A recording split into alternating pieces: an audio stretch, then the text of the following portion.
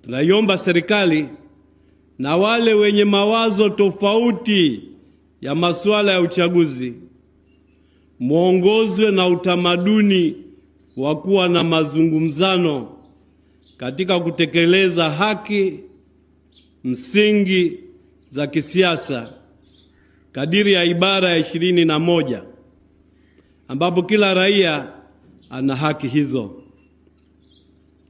Wanasiasa kupitia vyama na serikali, kaeni mzungumze. Wahakikishieni watu haki zao. Nguvu ya wananchi iko kwenye hoja, sio kwenye mabavu na hila. Wakati uliokubalika kuzungumza ni sasa, na wala hamjachelewa. Hatuchelewi kujisahihisha wala kutenda mema. Barua ya pili ya Paulo mtume kwa Wakorinto sura ya 6 mstari wa 2.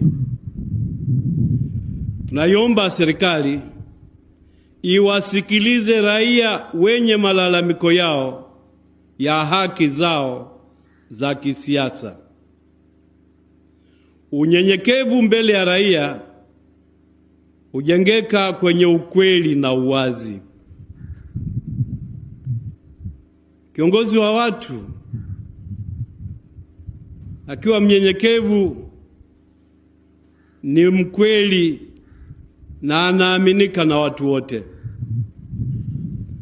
Tukumbuke kuwa historia ya uchaguzi katika nchi yetu kuanzia mwaka 1962 mpaka 2015 zilithibitika kuwa ziliaminika na viongozi wakapatikana kutokana na chaguzi hizo, hata kama zilikuwa na mapungufu yake.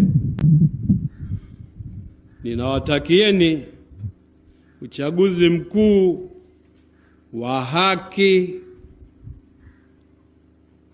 wa ukweli, wa uhuru na wa kuaminika mwaka huu wa 2025.